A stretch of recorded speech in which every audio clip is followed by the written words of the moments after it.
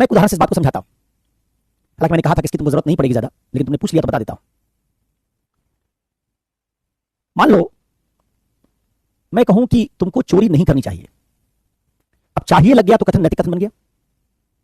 सवाल उठेगा इस कथन का अर्थ कैसे निकालेगा सुनने वाला श्रोता। एक सिद्धांत है जो कहता है कि जो सुनने वाला श्रोता होगा, जब भी चाहिए से जुड़ा कोई कथन सुनता है वो, तो उसका अर्थ एक परामर्श के तौर पर निकालता है। वो मानता है कि जब कोई कह रहा है कि आपको चोरी नहीं करनी चाहिए, तो असल में वो मुझे एक किस्म का परामर्श दे रहा है, सुझाव दे रहा है, सलाह दे रहा है। ठीक वैसी सलाह जैसी एक डॉक्टर आपको प्रिस्क्रिप्शन में लिख के देता है। आप बीमार होते हैं, डॉक्टर के पास जाते हैं, डॉक्टर जिसको पर्चा लिखता है उसको प्रिस्क्रिप्शन कहते हैं।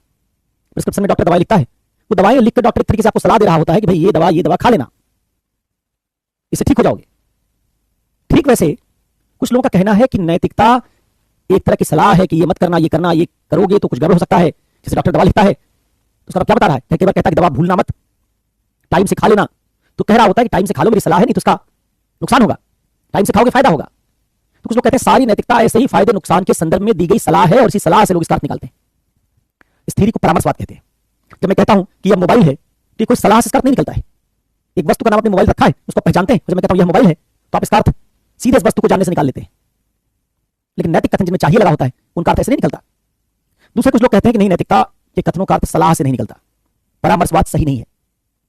वो कहते हैं कि नैतिकता तो धर्म में भी है, और धर्म में, कुरान में अल्लाह ने इंसानों को जब बताया तुमको ये करना चाहिए, कहलवाया जिब्रील के माध्यम से पैगंबर के पास कि बताओ इंसानों को ये करना चाहिए, तो असल में अल्लाह या खुदा सलाह नहीं दे रहा है, आदेश दे रहा है। तो कुछ लोगों का कहना है कि जो नैतिकता है, नैतिक कथन है, इनका अर्थ एक आदेश से निकलता है। जब कोई कहता है चोरी नहीं करनी चाहिए, तो इसका एक तरह का आदेश दे रहा है, चोरी मत करना। तो लोग कहते हैं नैतिक भाषा आदेशात्मक है। पहले वाले वर्ग ने कहा नैतिक भाषा परामर्शात्मक है। तीसरा एक सिद्धांत आया, उसने कहा नहीं, नैतिक भाषा आदेशात्मक है, नैतिक भाषा परामर्शात्मक है, नैतिक भाषा संवेगात्मक है। जब कोई नैतिक कथन बोलते हैं तो असल में हम आपके भीतर या तो उसके अप्रूवल या डिसअप्रूवल का संवेग पैदा करते हैं। जैसे मान लो कोई खिलाड़ी है, जैसे ऑस्ट्रेलिया के 2-3 खिलाड़ी स्टीव स्मिथ, डेविड वार्नर, गेंद के साथ छेड़खानी करते हुए पकड़े गए। इन पर ऑस्ट्रेलिया क्रिकेट बोर्ड ने प्रतिबंध लगा दिया। साउथ अफ्रीका खेलने गए थे क्रिकेट, वहां पकड़े गए, इन पर प्रतिबंध लगा दिया। प्रतिबंध के बाद जब ये वापस लौटे तो पहला सीरीज इंग्लैंड में हो रहा था, वहां खिलाड़ी मैदान में उतरे, तो इंग्लैंड के दर्शकों ने बू बू बू के नारे लगाए। अब जो ऐसा बू कर रहे थे, आवाज निकाल रहे थे, वो एक तरीके से आपको शर्मिंदगी का संवेग फील कराने का तरीका है। वो कहना चाह रहे थे तुमने जो किया वो गलत था, शर्मिंदगी महसूस करो उसके लिए। लेकिन दुनिया में कई खिलाड़ी ऐसे जिनके मैदान पर उतरने पर दर्शक खड़े हो जाते हैं, ताली हो जाते हैं। इसका मतलब उस खिलाड़ी को लेकर दर्शक मानते हैं तो ठीक तरीके से क्रिकेट खेलता है, तो ताली बजाते हैं, तो एक तरह से उसका अप्रूवल कर रहे हैं। तो कुछ लोगों का कहना है कि नैतिकता की भाषा ऐसे ही अप्रूवल और डिसअप्रूवल की भाषा है। तो डिसअप्रूवल के द्वारा आपके मन में शर्मिंदगी का भाव, ग्लानि का भाव, अपराध बोध, इसका संवेग उत्पन्न करती है कि तुमने चोरी की, गलत किया। इसका हम कह रहे हैं कि तुम शर्मिंदा हो, इसके लिए तुमको इसके लिए अपराध बोध होना चाहिए, तुम्हारे मन में ग्लानि होनी चाहिए। तो कुछ लोग कहते हैं सारे नैतिक कथन या तो ग्लानि उत्पन्न करने वाले, अपराध बोध उत्पन्न करने वाले, प्रायश्चित उत्पन्न करने वाले, शर्मिंदगी उत्पन्न करने वाले कथन है। कहते ना, ऐसे निर्लज्ज आदमी हो, अपनी आत्मा बेच दिए, कहते तुम्हारी आत्मा मर गई है। तो ऐसा कोई कहता है चुल्लू भर पानी में डूब मरो, तो असल में आपको शर्मिंदगी का एहसास कराना चाहता है। कहेंगे कहां मुंह काला करवा के आए हो, कहीं मुंह दिखाने लायक नहीं छोड़ा।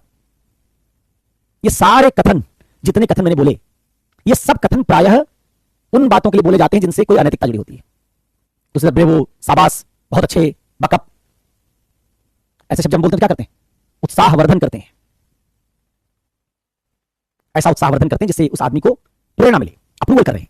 कुछ लोग मानना नैतिक कथन इसी प्रकार के होते हैं। तो ये जो डिबेट है, जैसे आपने मानकीय नीतिशास्त्र में उपयोगितावाद, सुखवाद, स्वार्थवाद पढ़ा, वैसे अधि नीतिशास्त्र में परामर्शवाद, आदेशवाद, संवेगवाद, इस तरह की बहुत सारी थ्योरीज हैं जिस पर डिस्कशन करती है कि नैतिक कथनों को आदमी समझता कैसे है, सलाह के तौर पर समझता है, आदेश के तौर पर समझता है, संवेग उत्पन्न करने वाले कथन मानता है, कैसे कथन है ये।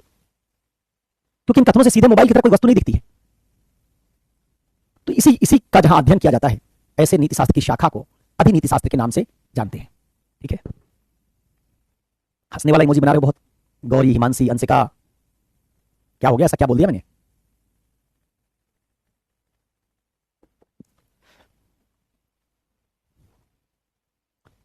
चलिए, अनुप्रयुक्त नीतिशास्त्र जो आपके साथी ने पूछा था, अनुप्रयुक्त नीतिशास्त्र का मतलब होता है किसी विशेष क्षेत्र में, किसी विशेष संस्था के लिए नैतिक सिद्धांतों को व्यवहार में लाना। जैसे प्रशासन के क्षेत्र में नैतिक सिद्धांत क्या होने चाहिए, उसकी आचार संहिता क्या होनी चाहिए, उसकी दुविधा कैसे सॉल्व करोगे, ये सारी बात जहां पढ़ेंगे उसको अनुपयुक्त नीतिशास्त्र कहेंगे। मानकीय नीतिशास्त्र सामान्य सवालों का जवाब देता है, क्या करना चाहिए, कैसा इंसान बनना चाहिए, कैसे निर्णय लेना चाहिए। अनुपयुक्त नीतिशास्त्र ये पता लगाता है कि किसी संस्था विशेष में निर्णय कैसे लेना चाहिए, चिकित्सकों को निर्णय कैसे लेना चाहिए। 2 मरीज आ गए, बेड एक ही है, कैसे पता करें किस मरीज को दें। एक ज्यादा गंभीर रूप से बीमार है, उसके बचने की संभावना कम है, दूसरा कम गंभीर बीमार है लेकिन उसको हॉस्पिटल में तुरंत एडमिट नहीं किया, उसकी जान पर खतरा है, इसके बचने की संभावना ज्यादा है, किसको बेड दें। अब ये चिकित्सकीय नीतिशास्त्र बात करेगा। पर्यावरण और विकास के बीच टकराव हो रहा है, कैसे सॉल्व करें इस दुविधा को, पर्यावरणीय नैतिकता इस मामले को सॉल्व करेगी। तो जब आप किसी ऐसे सवाल को जिसका संबंध किसी क्षेत्र विशेष संस्था विशेष से है, उस नैतिक प्रश्न का हल ढूंढते हैं, उसकी दुविधा का समाधान ढूंढते हैं, तो अनुपयुक्त नीतिशास्त्र है। अच्छा, मुंह काला करवाने से खुश हो गए तुम लोग, और चुल्लू पर पानी में डूब मरने से खुश नहीं हुए, ठीक है। तो अगर आप आगे से आप लोगों का तो आगे बढ़े। सूरज गुड इवनिंग तो 7:15 पे ही हो गई थी, 15 मिनट लेट गुड इवनिंग में आए हो भाई। सुनीता डांगी, मुझे पढ़ने के बाद ऐसा लगता है कुछ भी याद नहीं है। सुनीता, पढ़ने के बाद तुम रिवीजन कैसे करती हो? जैसे मैंने नैतिकता के क्षेत्र पढ़ाए, उसमें रिवीजन कैसे करती हो? नैतिकता को कितने क्षेत्रों में बांटा जा सकता है, सवाल लेते हो, फिर उसका उत्तर ढूंढते हो। निजी जीवन की नैतिकता क्या है, इसका लक्ष्य क्या है, इसके सिद्धांत कौन से हैं, इसकी दुविधाएं कौन सी हैं, दुविधाओं को हल कैसे करते हैं। ऐसे सवालों के माध्यम से अगर रिवीजन करोगे तो याद आएगा। ये सोचोगे कि नैतिकता के आयाम में क्या पढ़े तो हो सकता है भूल जाओ। जितनी पढ़ाई तुम कर रहे हो उन सब पढ़ाई को सवालों में तब्दील कर लो, उन्हीं सवालों का जवाब रिवाइज करो, और जवाब याद ना आए तो अपनी कॉपी में जाके देखो, हमने बनवाया होगा कि नैतिकता के आयाम का बंटवारा कैसे करते हैं। कहा होगा कि नैतिकता के काम का पता कर ले, अगर नैतिकता दुविधा हल करने का विज्ञान है, दुविधाएं 2 तरह की हैं, इसलिए नैतिकता 2 भागों में बट गई, तो उत्तर मिलने लगेगा।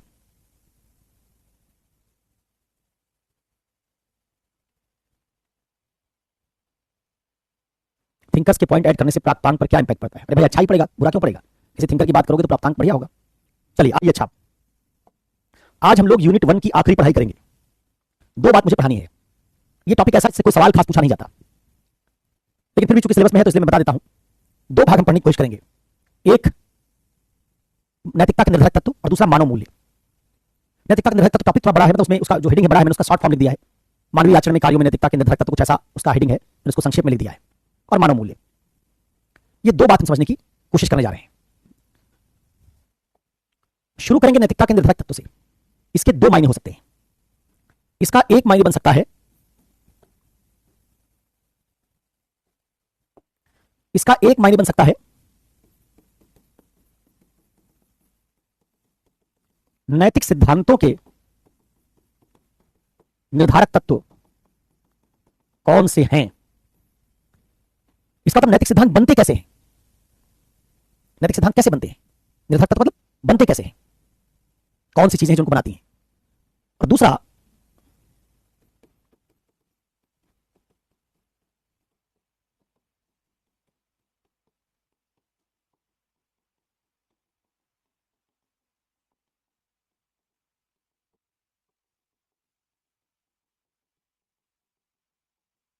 किसी मानवीय आचरण की नैतिकता को प्रभावित या निर्धारित करने वाले तत्व कौन से हैं। मैं क्या कह रहा हूं कि जो तुम्हारा सिलेबस में टॉपिक है, ये टॉपिक 2 तरीके से समझा जा सकता है। एक, कोई इंसान एक आचरण करे, आचरण मतलब कार्य, तो कौन से वो घटक या फैक्टर हैं जो उसकी नैतिकता को प्रभावित करते हैं, निर्धारित करते हैं। अगर हम ये समझ लें तो नैतिकता के निर्धारक तत्व का एक मायने हो जाएगा इससे। और अगर हम ये समझ लें कि नैतिक सिद्धांतों का निर्धारण कैसे होता है, नैतिक सिद्धांत बनते कैसे हैं, तो इसका नैतिकता के निर्धारक तत्व का दूसरा मायने समझ लेंगे। इसका नैतिकता के निर्धारक तत्व नाम का जो टॉपिक है, इसको 2 तरीके से समझा जा सकता है। एक समझा जा सकता है नैतिक सिद्धांतों का निर्माण करने वाले कारक कौन से हैं, और दूसरा समझा जा सकता है कि किसी मानवीय आचरण की नैतिकता को प्रभावित या निर्धारित करने वाले तत्व या कारक कौन से हैं। इसका मतलब क्या है?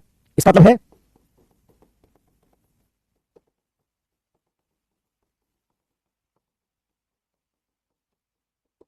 नैतिक सिद्धांत को कौन से कारक बनाते हैं, कौन से कारक इनको बनाते हैं, ये एक मायने हो गया। इधर वाला, यदि कोई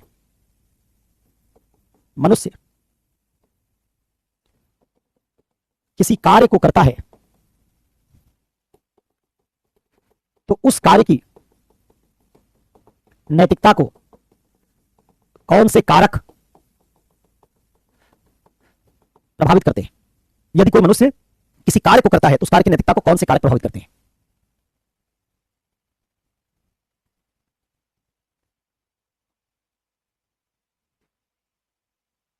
एक एक करके इसको मान लो हम इसका भाग 1 कह दें, ये भाग 1 हो गया, और उसको भाग 2 कह दें, तो ये अगर हमारी समझ में आ जाए तो नैतिकता के निर्धारक तत्व नाम का टॉपिक हमारी समझ में आ जाएगा। निर्धारक का तो समझते हो, जिससे डिटरमिन होता है, जिससे तय होता है। तो नैतिकता के संबंध में यहां निर्धारक तत्व का, निर्धारक शब्द का हमने 2 अर्थ लिया। एक अर्थ लिया वो कौन से कारक हैं जिससे किसी आचरण की नैतिकता तय होती है, इधर वो कौन से कारक है जिससे नैतिक सिद्धांतों का स्वरूप तय होता है। ठीक, अभी जब इसको पढ़ेंगे तो थोड़ी अगर इसमें क्लैरिटी कम है तो वो भी समझ में आ जाएगा।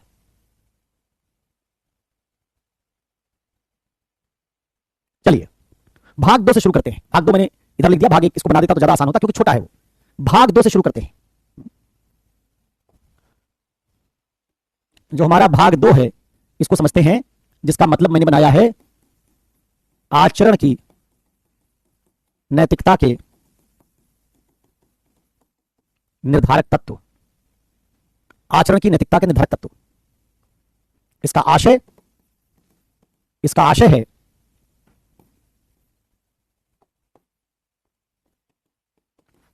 वे कारक जो किसी आचरण के नैतिक मूल्य को बदल देते हैं, और वे कारक जो किसी आचरण के नैतिक मूल्य की मात्रा को बदल देते हैं।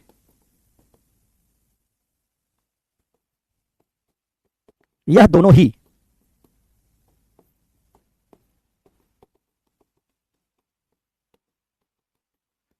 आचरण की नैतिकता के निर्धारक तत्व होंगे। 2 आशय मैंने लिखा है। तुम कहोगे सर आप कह रहे आसान बनाएंगे, आप तो मुश्किल बनाते जा रहे हैं।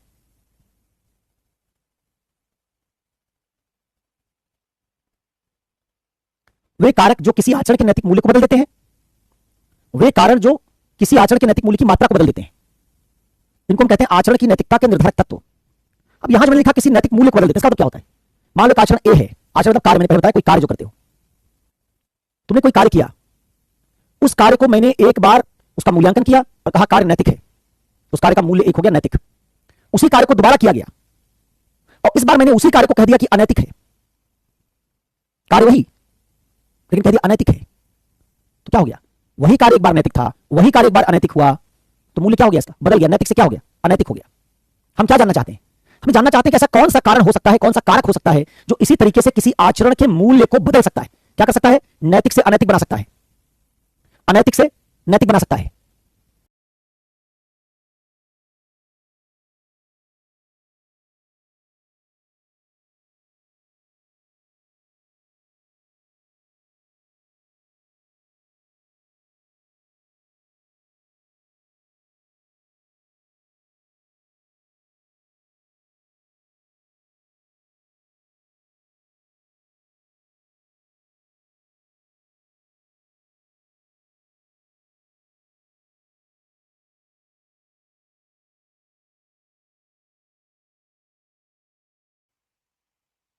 क्लास चल गया है सूरज सिंह? मुझे तो अभी भी रुका दिखा रहा है, कैसा मामला? मुझे कोई बात नहीं, आपको सब दिख रहा तो बढ़िया है।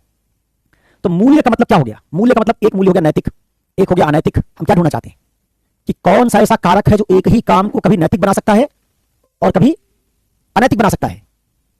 अगर हमको ये पता चल जाए,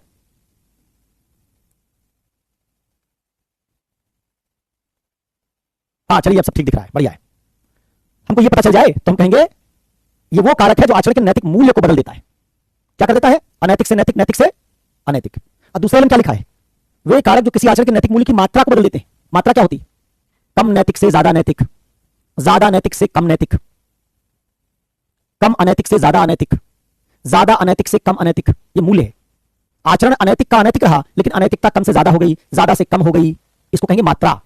तो हम क्या ढूंढना चाहते हैं कि क्या ऐसे कारक हो सकते हैं जो किसी आचरण के या तो मूल्य को बदल सकते हैं, नैतिक से अनैतिक, अनैतिक से नैतिक बना सकते हैं, या वे कारक कौन से हैं जो मूल्य तो नहीं बदलते, नैतिक का नैतिक ही बना रहता है काम, लेकिन उसकी मात्रा बदल देते हैं, कम नैतिक से ज्यादा नैतिक बना देते हैं, ज्यादा नैतिक से कम नैतिक बना देते हैं, कम अनैतिक से ज्यादा अनैतिक बना देते हैं, ऐसा कर देते हैं। इस कारक को अगर हम ढूंढ लें तो हमारा ये वाला पार्ट पूरा हो जाएगा भाग 2। क्या कह देंगे कि जो कारक हमने ढूंढे यही है आचरण की नैतिकता के निर्धारक तत्व। ठीक है, समझ आई?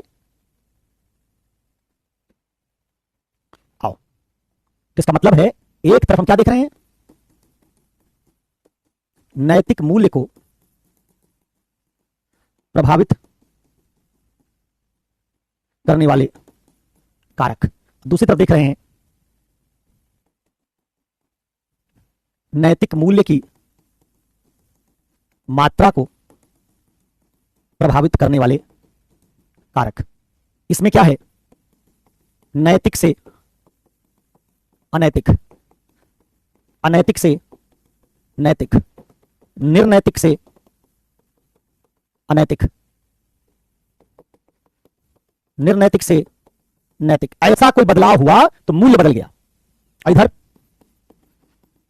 कम नैतिक से ज्यादा नैतिक, कम अनैतिक से ज्यादा अनैतिक, ज्यादा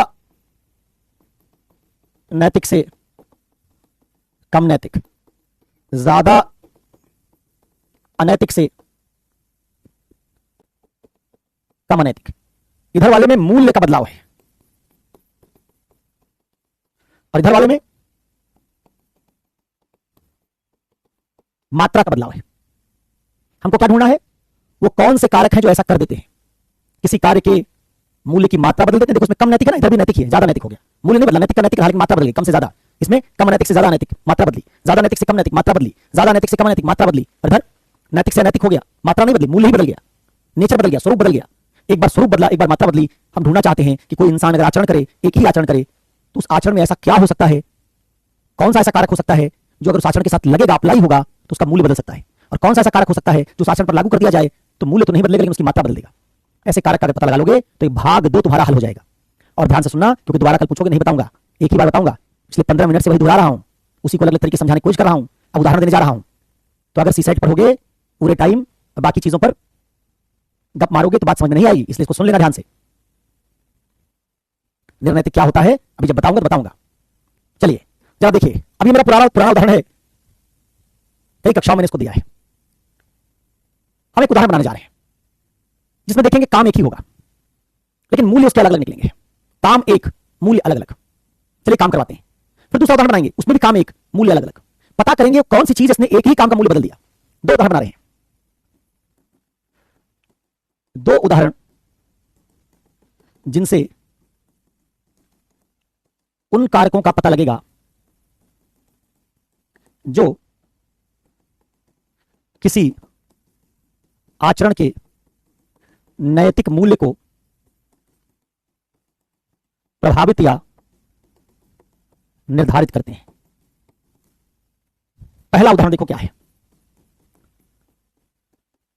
पहला उदाहरण है, 3 व्यक्ति एक ही काम कर रहे हैं। कौन से व्यक्ति हैं? X, Y, Z. 3 व्यक्ति एक ही कार्य कर रहे हैं। एक्स भी वही काम कर रहा है, वाई भी वही काम कर रहा है, जेड भी वही काम कर रहा है। लेकिन एक्स के काम का मूल्य नैतिक है, वाई के काम का मूल्य निर्नैतिक है और जेड के काम का मूल्य अनैतिक है। एक्स, वाई, जेड 3 लोग हैं, एक काम कर रहे हैं लेकिन काम का मूल्य अलग अलग आ रहा है। काम क्या है? तीनों सुबह उठकर चिड़ियों को दाना खिला रहे हैं, चिड़ियों को दाना खिला रहे हैं, उनके लिए पानी का इंतजाम कर रहे हैं। तीनों एक ही काम कर रहे हैं। तीनों सुबह उठकर सवेरे सवेरे 4:30-5 बजे एक कॉलोनी के अलग अलग पार्क में जाके, कॉलोनी की गलियों के भीतर जाकर चिड़ियों के लिए दाना, पक्षियों के लिए दाना, पशुओं के लिए, कुत्तों वगैरह के लिए पानी, इसका इंतजाम करते हैं। एक अपने साथ गैलन या कोई बकेट लेके जाते हैं, उससे कॉलोनी में जहां टैप होता है उसको भरते हैं, और कुछ अर्थन पॉट रखे हुए मिट्टी के बर्तन जगह जगह कॉलोनी में, उसे पानी डाल देते हैं जिससे पक्षी पानी पी सके। कुछ दाने जगह जगह डाल देते हैं जिससे पक्षी दाने खा सके। काम तीनों एक कर रहे हैं। एक्स भी यही काम कर रहा है, वाई भी यही काम कर रहा है, जेड भी यही काम कर रहा है। लेकिन एक्स के काम को हमने नैतिक कहा, वाई के उसी काम को हमने निर्नैतिक कहा और जेड के उसी काम को हमने अनैतिक कह दिया। जब काम एक, परिणाम भी एक ही आ रहा है। तीनों कामों के करने से पक्षी दाना चुग रहे हैं, कुत्ते वगैरह पानी पी रहे हैं, परिणाम भी तीनों से एक ही आ रहा है। काम एक, परिणाम एक।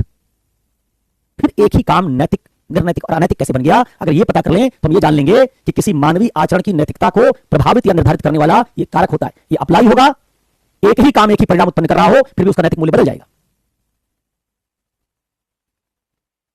ठीक है, अब जरा देखिए, कैसे बदलेगा? मैं पहले गया एक्स के पास, पूछा कि भाई ये सुबह उठ के चिड़ियों को दाना क्यों डालते हो? चिड़ियों को दाना क्यों डालते हो? मोहल्ले में पानी क्यों रखते हो? जगह जगह पॉट में पानी क्यों भरते हो? पहला आदमी जो एक्स है उसने जवाब दिया कि देखो ऐसा है, मैं मानता हूं कि इस धरती पर पशुओं, पक्षियों, इंसानों का बराबर हक है। साथ में मैं लोकतंत्र समानता के सिद्धांत में यकीन करता हूं कि धरती की रिसोर्स पर सबका हक है, सबको बराबर अधिकार मिलना चाहिए।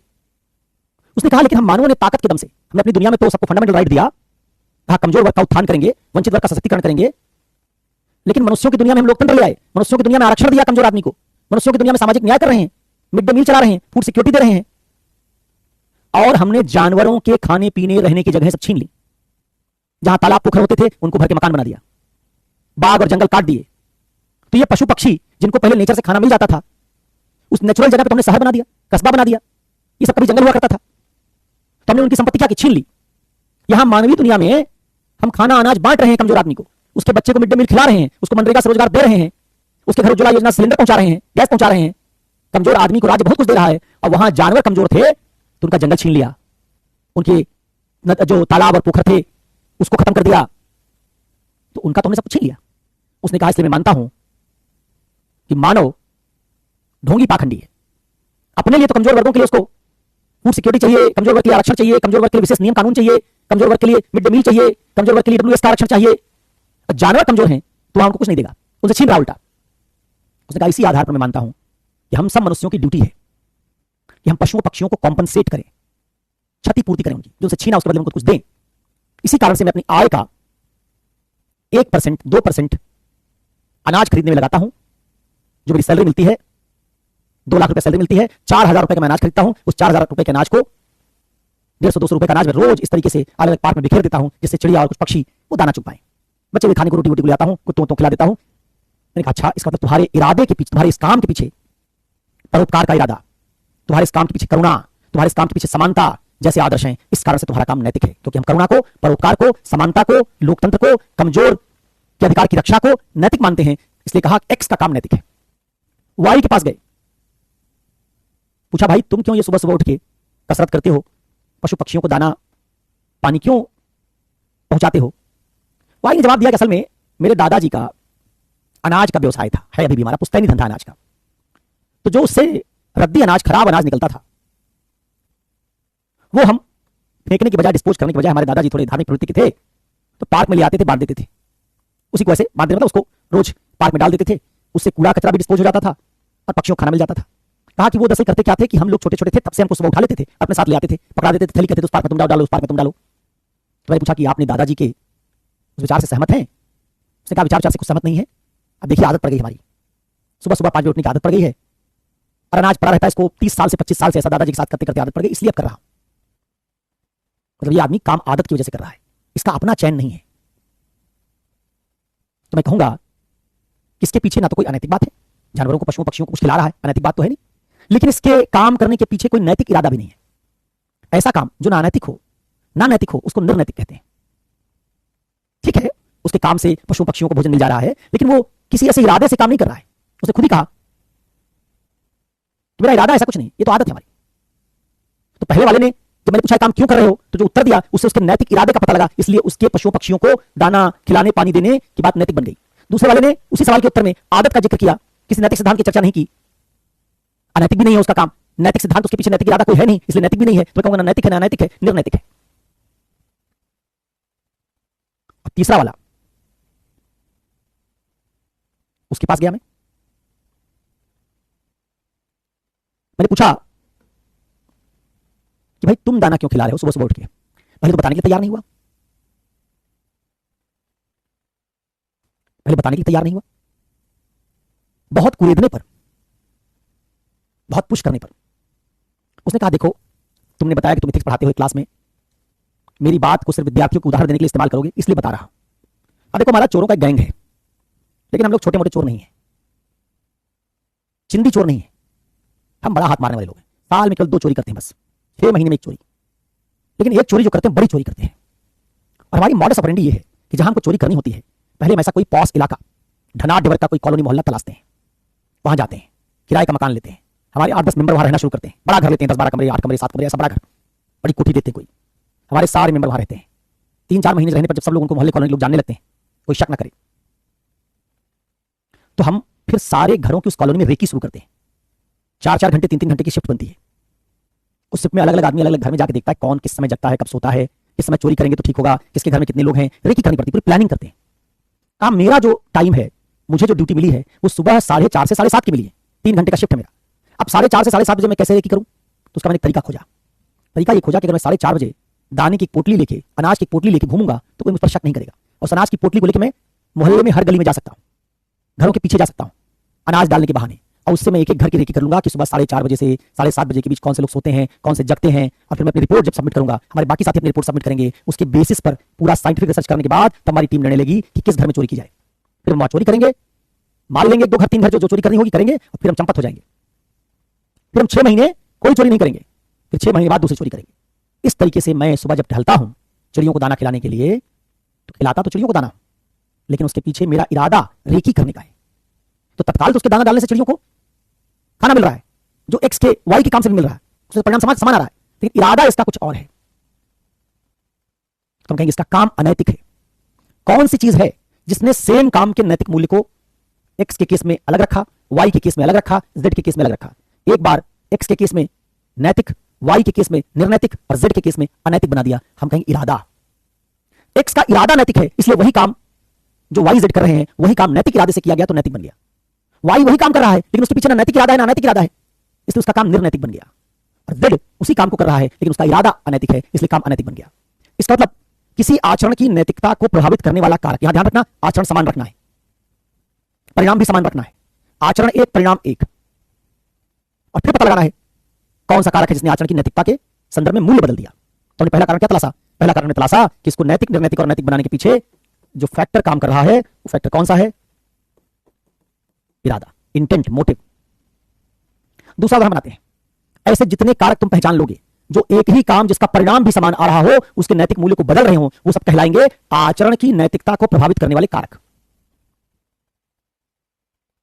दूसरा उदाहरण देखो।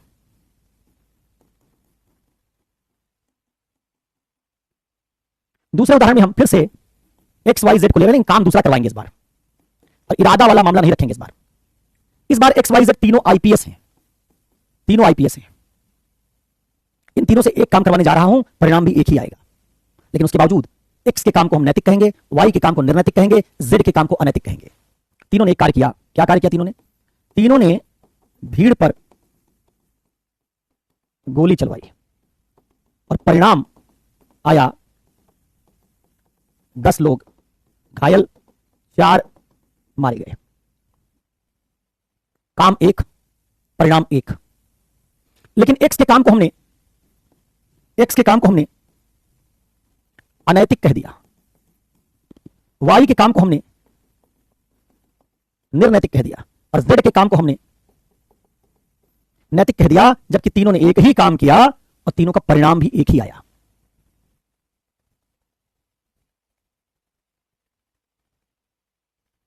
जानना चाहते हैं कि भाई ऐसा क्या हुआ जिसने एक ही कार्य, एक ही परिणाम पैदा होने के बावजूद एक्स के आचरण को अनैतिक बना दिया, वाई के आचरण को निर्नैतिक बना दिया, जेड के आचरण को नैतिक बना दिया। जरा सुनिए क्या हुआ, और इससे इरादे से अलग कोई बात निकालेंगे। जो बात निकालेंगे वो भी एक कारक बन जाएगा। तो हम कह देंगे इरादा, और जो कारक अभी ढूंढेंगे वो ये सब किसी आचरण की नैतिकता या उसके मूल्य को प्रभावित करने वाले कारक हैं। ढूंढने निकले थे नैतिक सिद्धांतों को प्रभावित करने वाले कारक कौन से हैं और किसी आचरण की नैतिकता को प्रभावित करने वाले कारक कौन से हैं। उसमें नैतिक सिद्धांतों को प्रभावित करने वाले कारक को भी नहीं पढ़ रहे हैं हम, नैतिकता को क्या, सॉरी, आचरण की नैतिकता को प्रभावित करने वाले कारक पर पहले पढ़ रहे हैं। चलिए देखते हैं क्या है। ये जो आईपीएस एक्स है जिसने एक भीड़ पर गोली चलवाई जिसमें 10 लोग घायल, 4 मरे, और हमने इसके काम को कह दिया है अनैतिक। आपने देखा कि हमने आईपीएस वाई के इसी भीड़ पर गोली चलवाई, यहां भी सेम बात, लेकिन इसको कह दिया हमने निर्नैतिक। और तीसरे आईपीएस जेड के इसी भीड़ पर गोली चलवाने, सेम परिणाम, इसको कह दिया नैतिक। हम जानना चाहते हैं कि इसके पीछे जो ये मूल्य बदला, इसके पीछे कारक कौन सा है। देखो, आईपीएस एक्स क्यों गोली चलवाई, जरा उसको समझते हैं, क्योंकि इसी में राज है। आईपीएस एक्स एक जिले में पहली बार कप्तान के पद पर पहुंचा, पहला उसको इंडिपेंडेंट चार्ज मिला। उस जिले में जहां ये कप्तान बना, डीसीपी बना, कप्तान बना, सुपरिटेंडेंट पुलिस बना, वहां छात्रों का बहुत दिन से धरना प्रदर्शन चल रहा है। किसी यूनिवर्सिटी में फीस वृद्धि के खिलाफ छात्र आंदोलन थे। वो कह रहे हैं यूनिवर्सिटी में इलेक्शन करवाओ, यूनियन बहाल करो, छात्र संघ का चुनाव करवाओ, फीस कम करो, नए टीचर्स की भर्ती करो, सीट बढ़ाओ। ऐसी बहुत सारी मांग को लेकर स्टूडेंट्स आंदोलनरत हैं। परीक्षा एक पाली में करवाओ पीसीएस की, ऐसी बहुत सारी मांग को लेकर आंदोलनरत हैं। अच्छा, इन विद्यार्थियों में जो आंदोलन का चल रहा है, 15-17 दिन से चल रहा है, उससे आम जनता को बड़ी असुविधा हो रही है, क्योंकि उन्होंने सड़क पर बीच में अपना टेंट तंबू गाड़ रखा है, आवागमन बाधित हो रहा है, परिवहन की असुविधा है, बसेस का रूट बदलना पड़ा है, शहर में जाम लगता है, और कई बार ये विद्यार्थी कुछ गाड़ियों पर पत्थर भी फेंक देते हैं। तो ये शरारत भी कर रहे हैं। एक आध बार इन्होंने पुलिस की गाड़ी को आग भी लगा दी है, तो मतलब कुछ उग्र भी हैं। कप्तान के तौर पर आपने तय किया कि आप इस आंदोलन को खत्म करवाएंगे।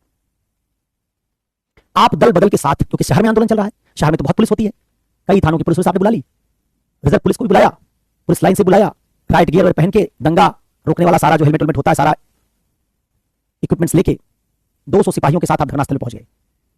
100 विद्यार्थी करीब वहां धरनास्थल पर मौजूद हैं। उनसे आपने पहले विनम्रतापूर्वक अनुरोध किया कि भाई धरना खत्म कर दो।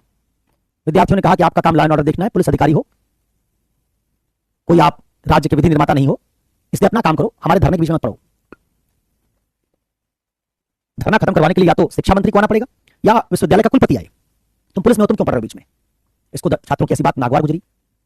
इसने कहा कि कैरियर तबाह कर दूंगा, उठा के बंद कर दूंगा, धाराएं लगाऊंगा, दुरुस्त हो जाओगे। कुछ विद्यार्थियों ने कहा कि तुम भी स्टूडेंट रहे होगे, 4-5-6 साल पहले सेलेक्ट हुए, तुम्हारा सूर्य बदल गया। और कहा कि संविधान पढ़ के आए हो, नहीं पढ़ के आए हो, हमारे देश में हमको विरोध का अधिकार है। इसने कहा विरोध करने पे पत्थर फेंकोगे। विद्यार्थियों ने कहा शांतिपूर्ण आंदोलन कर तो रहे, कौन सुन रहा है, थोड़ा बहुत पत्थरबाजी हो जाती है कई बार, हमारा इरादा ये नहीं है। बहरहाल बात बढ़ने लगी, इसने धमकी देना शुरू किया, विद्यार्थी उग्र होने लगे। उन्होंने इसका नाम पढ़ लिया और नाम पढ़ के नारा लगाना शुरू कर दिया।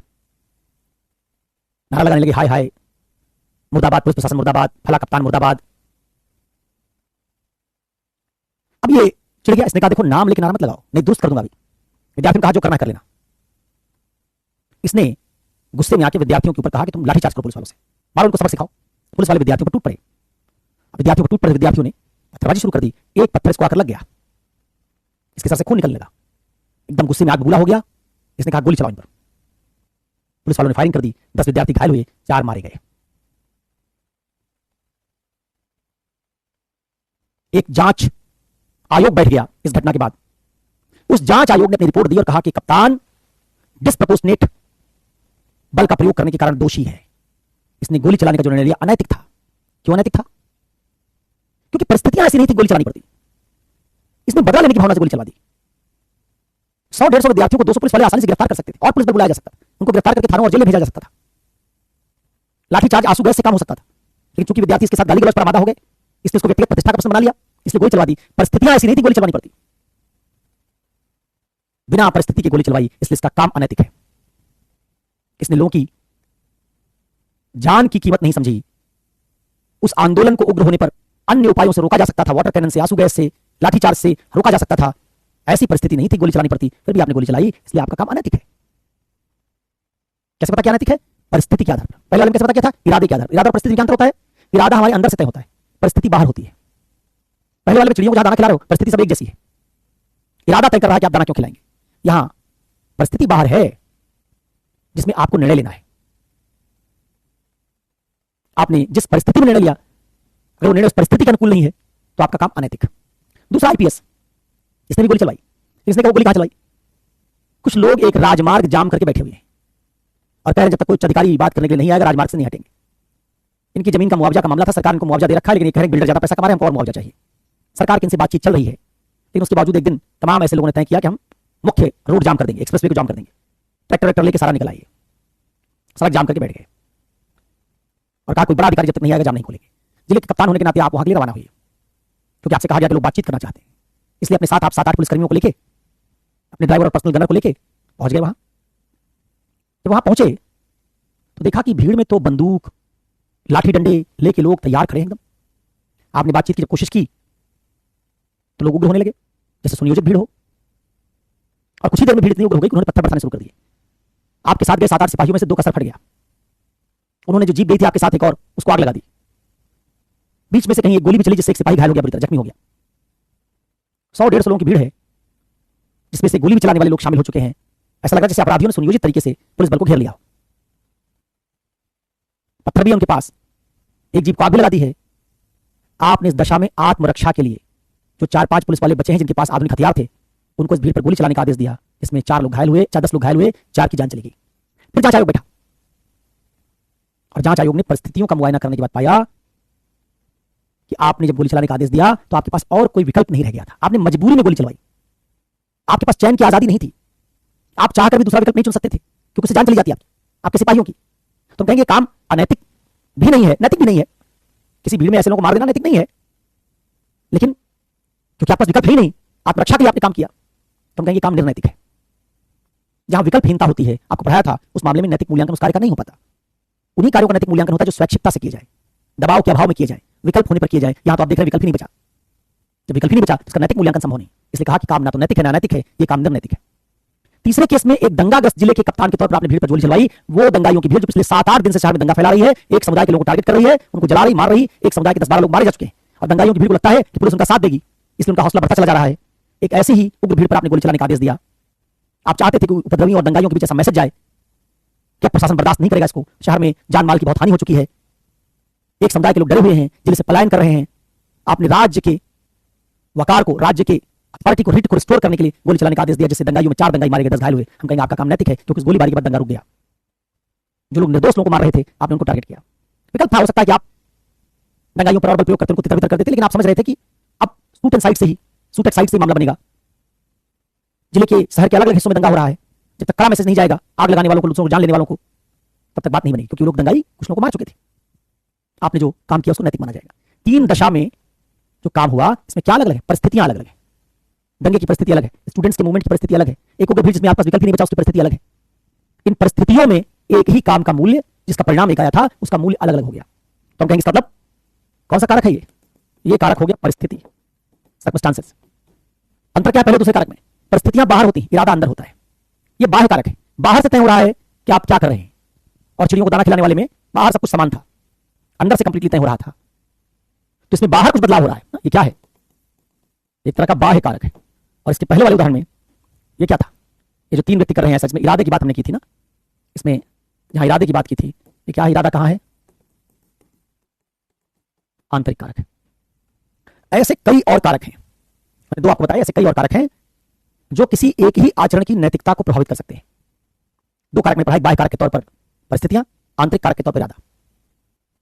तो एक काम एक ही परिणाम उत्पन्न हो रहा हो, लेकिन इरादा उसके पीछे अलग अलग हो, तो उसका नैतिक मूल्य अलग हो जाएगा। एक ही काम अलग अलग परिस्थितियों में किया जा रहा हो तो भी उसका नैतिक मूल्य अलग अलग हो जाएगा। परिस्थिति कैसी थी उसके अनुरूप आपने काम किया कि नहीं, इससे तय होगा कि आपका वही सेम काम नैतिक रहेगा, निर्नैतिक रहेगा या अनैतिक बनेगा। तो क्या सीख रहे हैं हम? किसी आचरण के नैतिकता को निर्धारित करने वाले कारक। क्या लिखा था? क्या? नैतिक मूल्य को प्रभावित करने वाले कारक। यहां मूल्य प्रभावित हो रहा है, किसका मूल्य? और पीछे जाओगे तो दिखेगा क्या? वे कारक जो किसी आचरण के नैतिक मूल्य को बदल देते हैं। क्या पाया आपने? 2 कारक ऐसे मिले आपको। कौन कौन से? एक इरादा, दूसरा परिस्थिति। इसमें दूसरा क्या है? वे कारक जो किसी आचरण के नैतिक मूल्य की मात्रा को बदल देते हैं। अब इसको समझना है, मात्रा कौन बदल देता है। इस बार नैतिक अनैतिक निर्नैतिक नहीं होगा, नैतिक का नैतिक ही रहेगा, लेकिन ज्यादा नैतिक से कम नैतिक हो सकता है, ज्यादा अनैतिक से कम अनैतिक हो सकता है, कम अनैतिक से ज्यादा अनैतिक हो सकता है। ऐसे भी 1-2 कारक अगर हम पता कर लें तो हम कह देंगे ये कुछ कारक हैं जो आचरण की नैतिकता के निर्धारक तत्व हैं, जो या तो आचरण का मूल्य बदल देते हैं या आचरण की नैतिकता की मात्रा, अनैतिकता की मात्रा बदल देते हैं। ठीक, आइए दूसरे वाले भाग में क्या देखने जा रहे हैं?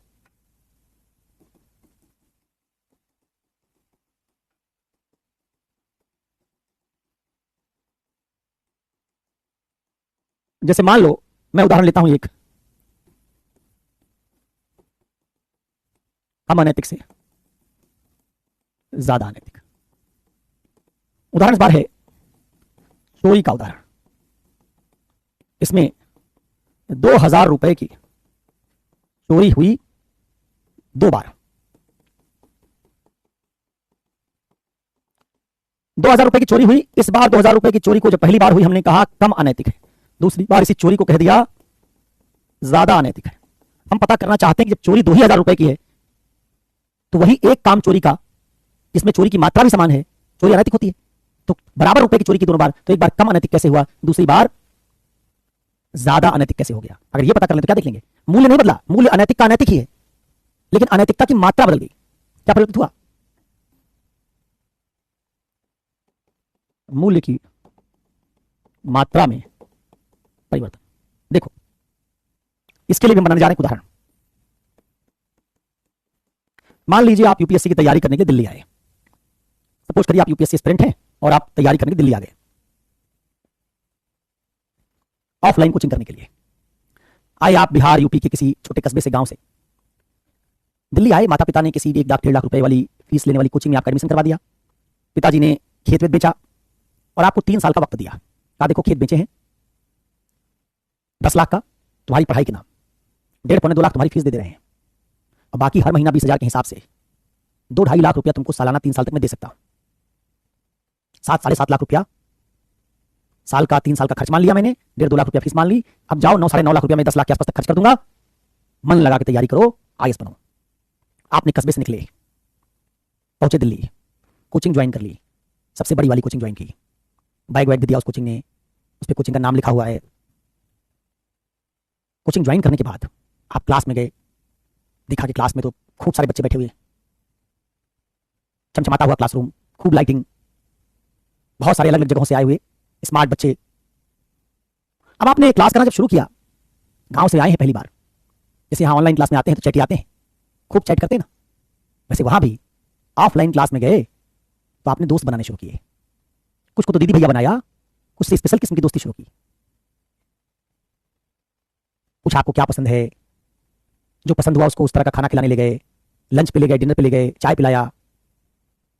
छोटे कस्बे से आने के बाद पहली बार विपरीत लिंग के साथ दोस्ती का आनंद ले रहे हैं। 1 साल कब उड़ गया, पंख लगा के पता ही नहीं चला। आप तो रूमानी दुनिया में हैं, घर में पाबंदी के साथ रहते थे, 2 अलग अलग लिंग आपस में बात नहीं करते थे। यहां बात करने का मौका मिला तो आपने शादी ब्याह तक की प्लानिंग पहले से ही सोच ली। 1 साल बीत गया। 1 साल जब बीत गया, क्लास तो करने की जगह सिनेमा देखने, खाना खाने में ज्यादा वक्त लगाया। 1 साल बाद आपको होश आया कि ज्योग्राफी का सिलेबस बहुत आगे निकल गया, हिस्ट्री खत्म ही हो चुका है, इथिक्स वाले पढ़ाने आ गए हैं। क्लास में गए तो सब सर के ऊपर जाने लगा।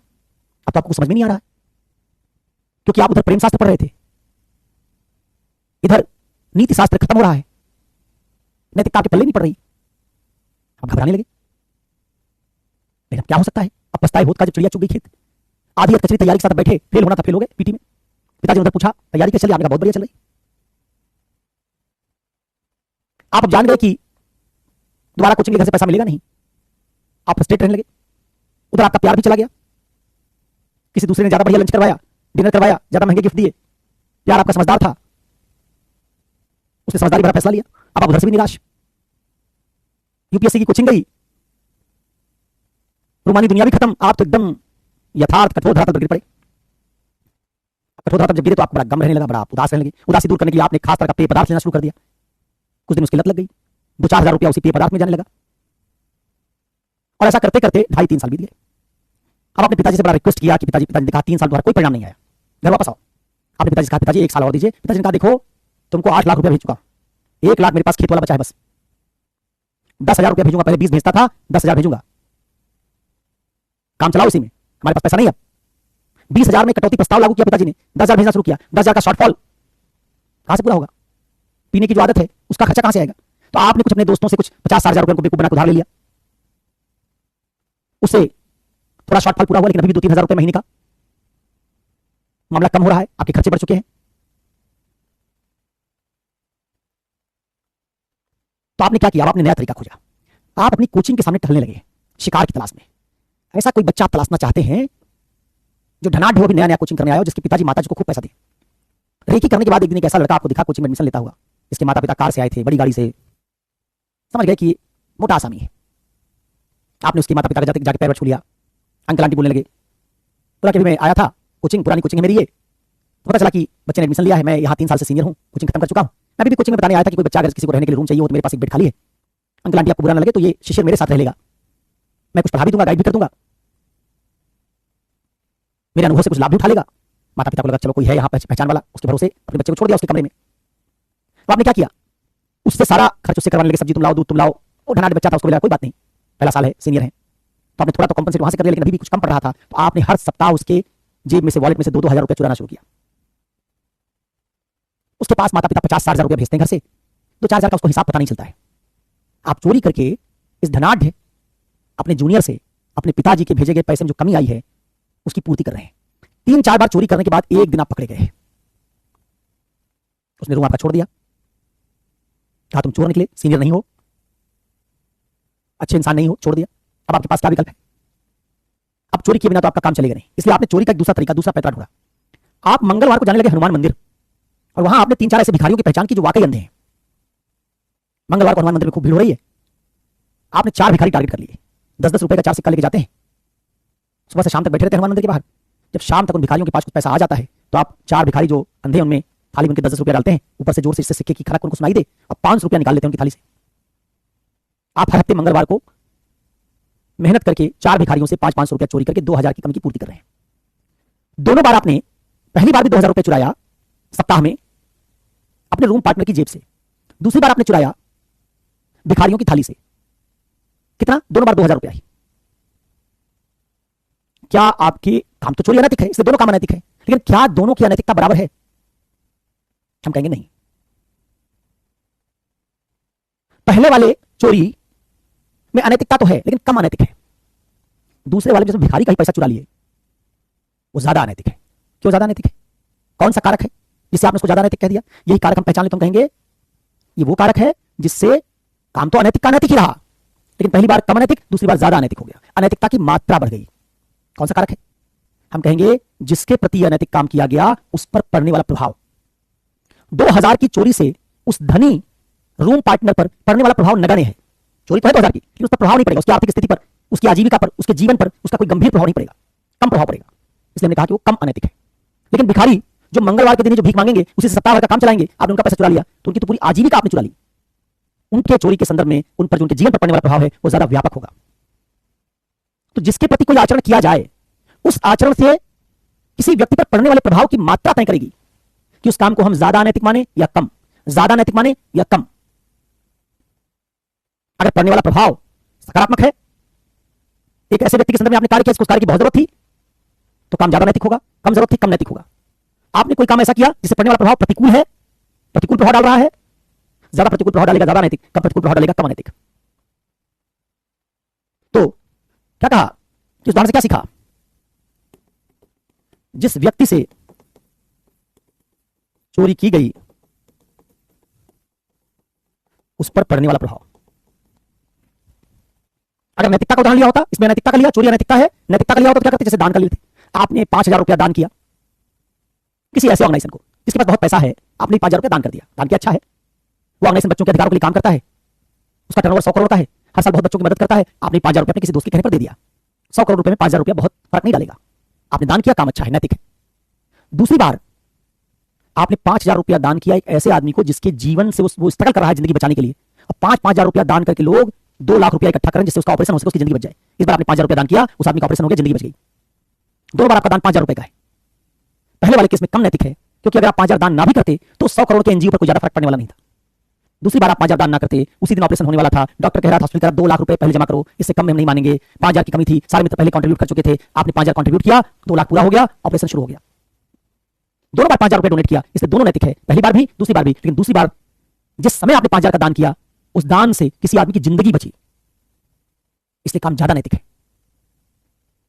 तो अगर पड़ने वाला प्रभाव प्रतिकूल है तो अनैतिक, पड़ने वाला प्रभाव अनुकूल है तो नैतिक। अनुकूल प्रतिकूल कितना है, कितना प्रभाव डाल रहा है उस व्यक्ति पर जिसके प्रति कार्य किया आपने, यह तय करेगा कि काम ज्यादा नैतिक है या ज्यादा अनैतिक, कम नैतिक है या कम अनैतिक। इसे हमारे कानून में भी इसका इस्तेमाल करते हैं। जैसे यौन हिंसा या रेप के केस में अगर आप किसी बच्चे के साथ यौन अपराध करेंगे तो पॉक्सो एक्ट लगेगा, पॉक्सो। एडल्ट के साथ करेंगे दूसरा कानून लागू होगा। क्या मानते हैं? किसी बच्चे के साथ किया गया यौन अपराध ज्यादा अनैतिक है। यौन अपराध दोनों में हुआ, एक 22 साल 24 साल की युवती के साथ, एक 14 साल 15 साल के लड़की के साथ या लड़के के साथ यौन अपराध दोनों बार हुआ। लेकिन हम कहेंगे 14 साल के लड़के या लड़की के साथ किया गया यौन अपराध ज्यादा अनैतिक है, क्योंकि उसके मानसिक स्वास्थ्य पर, उसके पूरे जीवन पर उसका प्रभाव बहुत ज्यादा है। अपने आप को डिफेंड नहीं कर सकता, लड़ नहीं सकता, उसका ट्रॉमा ज्यादा होगा। 22-24 साल का व्यक्ति, उसका प्रभाव तो बहुत पड़ेगा, लेकिन बच्चे की तुलना में कम। इसलिए हम दोनों यौन अपराधों में एक कानून नहीं लागू करते, बच्चे वाले में अलग कानून बनाया है, पॉक्सो एक्ट बनाया है। तो प्रभाव कितना है जिसके प्रति अपराध किया जा रहा है, जिसके प्रति वो अच्छा कार्य किया जा रहा है, उससे हम तय करते हैं कि उस काम की नैतिकता की मात्रा, अनैतिकता की मात्रा कितनी होगी। क्या एक ही कारक है ये? नहीं, ऐसे बहुत सारे कारक हैं। जैसे पड़ने वाला प्रभाव एक कारक है, वैसे शक्ति की मात्रा कितनी, जिसने वो अपराध किया, जिसने काम किया। जैसे मान लो एक चपरासी घूस ले ले 2 लाख की किसी दफ्तर का, किसी काम को करवाने के लिए, और आईएएस 2 लाख की घूस ले ले। आईएएस का 2 लाख का घूस ज्यादा नैतिक होगा, किसी पीएन का, चपरासी का 2 लाख का घूस कम नैतिक होगा, क्योंकि आईएएस के पास ज्यादा अथॉरिटी, ज्यादा पावर है, उससे ज्यादा उत्तरदायित्व की उम्मीद है। ज्यादा पावर वाला आदमी जब अपनी शक्ति का दुरुपयोग कर रहा है तो हम कहेंगे ज्यादा अनैतिक है। कम पावर वाला आदमी शक्ति का दुरुपयोग कर रहा है, कहेंगे कम अनैतिक है। प्रधानमंत्री घूस ले ले, हम कहेंगे बहुत अनैतिक है।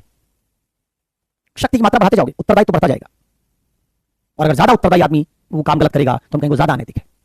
ठीक है। ऐसे ज्ञान की मात्रा, गांव का एक आदमी जो पढ़ा लिखा नहीं है, वो कोई छेड़खानी का काम कर दे, कम अनैतिक है, क्योंकि उसको समझ नहीं पितृसत्ता क्या है, छेड़खानी क्यों बुरी है। और एक एथिक्स का प्रोफेसर यूनिवर्सिटी में पढ़ाता है, सोशियोलॉजी का प्रोफेसर, पॉलिटिकल साइंस का प्रोफेसर अपने पीएचडी स्टूडेंट के साथ छेड़खानी कर दे, ज्यादा नैतिक होगा, क्योंकि उसको सारी नैतिकता, सारे आदर्श पता है, ज्ञानी है, पितृसत्ता के सारे दुष्परिणाम, दुष्प्रभाव जानता है। तो आपका ज्ञान बढ़ेगा तो आपका उत्तरदायित्व बढ़ेगा, आपका मूल्यांकन का प्रतिमान कठोर होता जाएगा।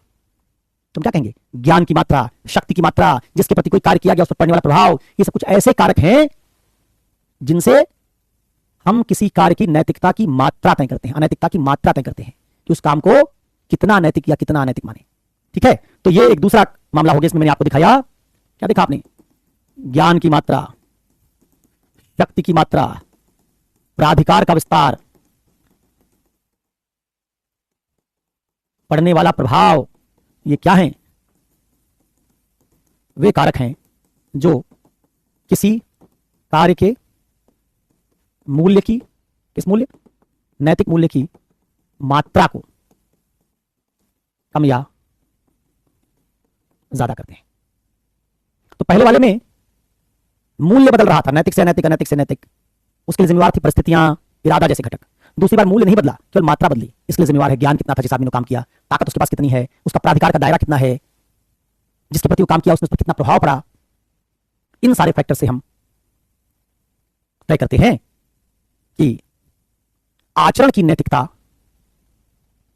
को प्रभावित करने वाले कारक कौन कौन से होंगे। तो आचरण की नैतिकता को प्रभावित करने वाले कारकों में एक तरह के कारक कौन निकले? इरादा और परिस्थितियां जैसे कारक। दूसरी तरफ कौन से कारक निकले? शक्ति, ज्ञान, प्राधिकार, और जिसके प्रति कार्य किया गया उस पर पड़ने वाला प्रभाव। तो ये एक आइडिया है जो आपके सिलेबस में रखा गया है, इसलिए मैंने आपको बताया। अब इसका 2 भाग किया था ना, भाग 2 पढ़ाया है अभी। भाग 1 में आओ। भाग 1 क्या है? भाग 1 में नैतिक सिद्धांत को कौन प्रभावित करता है।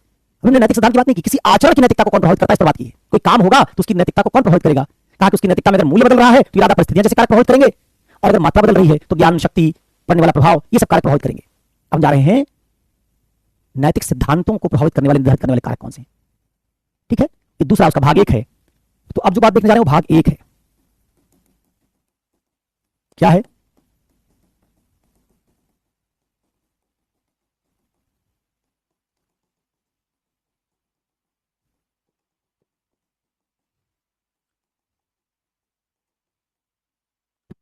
नैतिक सिद्धांतों को प्रभावित या निर्धारित करने वाले कारक। मैं इसकी सूची बना रहा हूं, थोड़ा समझा दूंगा। चश्मा मैंने उतार रखा है, कुछ दिख नहीं रहा है, लगाता हूं।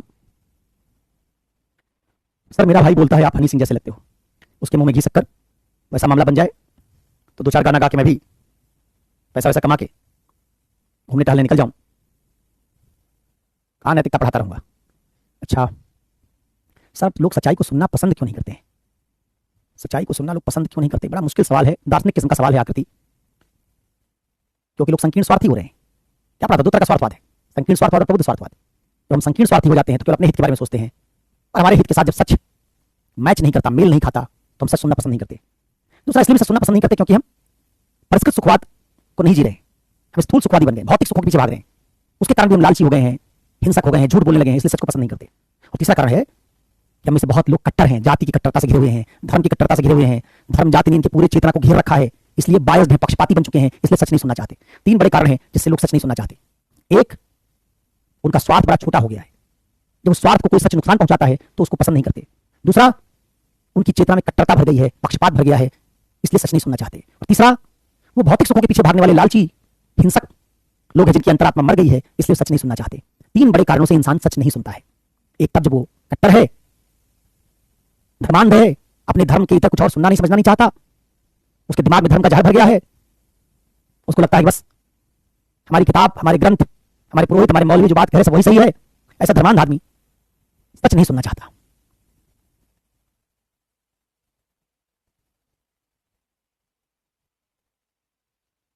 भानु प्रताप सिंह लोगों को बताओ कि अनैतिक कार्य करें फिर भी अनैतिक कार्य करते रहते हैं। वो इसलिए क्योंकि अगला टॉपिक जो हम यूनिट 2 पढ़ेंगे उसमें इसी सवाल का जवाब मिलेगा, क्यों करते रहते हैं। अगला टॉपिक यही एटीट्यूड, क्योंकि उनका एटीट्यूड वैसा बन चुका है। दूसरा जो यूनिट है उसमें इसी बात की पढ़ाई करेंगे। हाँ, उनको कैसे नैतिक बनाओगे, एटीट्यूड में सीखोगे। ठीक है। इसी को बुद्ध ने कहा था कि जब तक आप मध्यम मार्गी नहीं बनेंगे, और मध्यम मार्ग तो वहां बीच का रास्ता नहीं था, मध्यम मार्ग मतलब था अतिवादिता में ना फंसना। बुद्ध मानते थे बहुत सारे धर्म अतिवादी हैं, एक्सट्रीम बात करते हैं। सुजीत प्रजापति, अच्छा तो इथिक्स का सपना नहीं आता तो वैसे किसका सपना आता है सुजीत? अगर मान लो इथिक्स नहीं पढ़ाऊंगा ज्यादा तो किसका सपना आता है आजकल? किसको देख रहे हो सपने में? शेयर करो तो हम लोग देखें कि इथिक्स ज्यादा बेहतर है, जिसका सपना देख रहे हो वो ज्यादा बेहतर है। तय करें उसे तुलना करके। बिना तुलना के तुमने बताया था कि बात समझ में आती नहीं। क्या कहा था? 2 तरह के सुखों में जब हम तुलना कर पाते हैं तभी पता चलता है कौन सा सुख ज्यादा बेहतर है। बताया था गौतम बुद्ध ने राजकुमार वाला जीवन भी जिया और ज्ञानी वाला जीवन भी जिया, और बाद में डिसाइड किया कि वो ज्ञानी वाला जीवन ज्यादा ठीक है। सरदार पटेल ने बड़े वकील वाला जीवन भी जिया, पैसा भी कमाया, बाद में स्वतंत्रता सेनानी बन गए, पाया स्वतंत्रता सेनानी वाला जीवन ज्यादा ठीक है। तो ऐसे देखिए तुम्हारा सपना और क्या है। अगर कोई सपना नहीं आता तो इससे बढ़िया सपना ही देख लो, इथिक्स का ही देख लो। कोई आ रहा है तो मैं तुम्हारी गलतफहमी दूर कर दूं कि वो जो आ रहा है टिकेगा कि नहीं टिकेगा।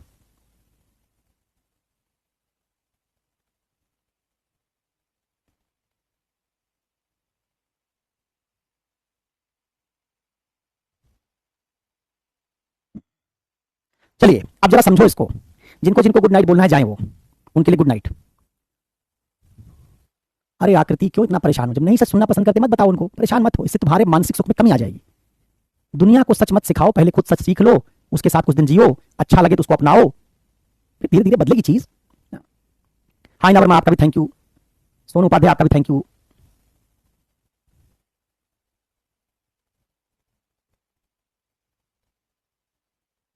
और वो जो गायब हो गए सुजीत प्रजापति, उनका भी थैंक यू।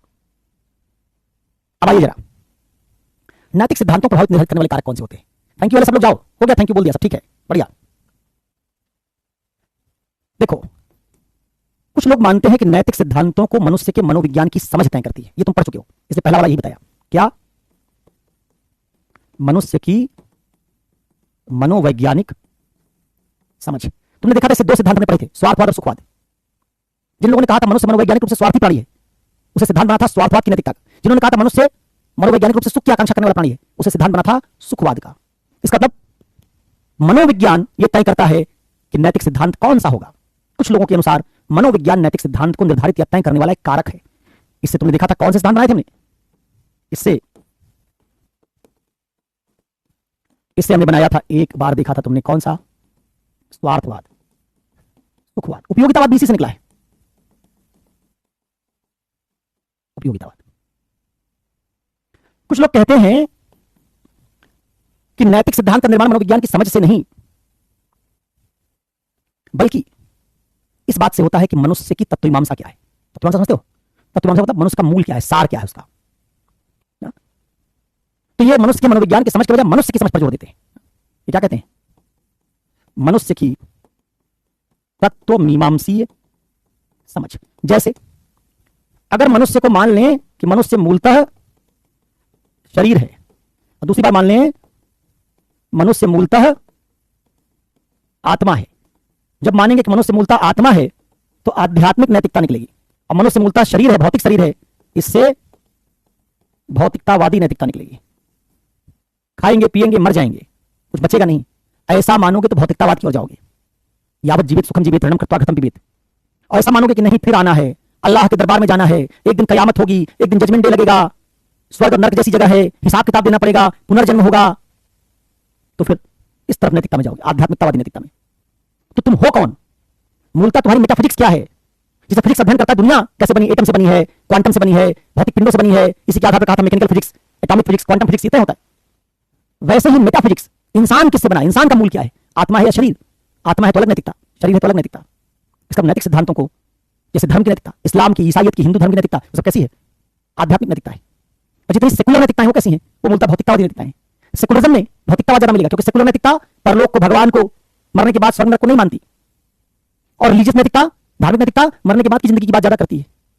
मरने के बाद कहां जाओगे, क्या करोगे तो स्वर्ग जाओगे, क्या करोगे तो नरक की आग में जलोगे, ये बात ज्यादा करती है। तो एक नैतिकता आध्यात्मिक है, एक नैतिकता भौतिक है। क्यों अंतर है इन दोनों नैतिकताओं में? कौन निर्धारित कर रहा है कि नैतिकता क्या होगी?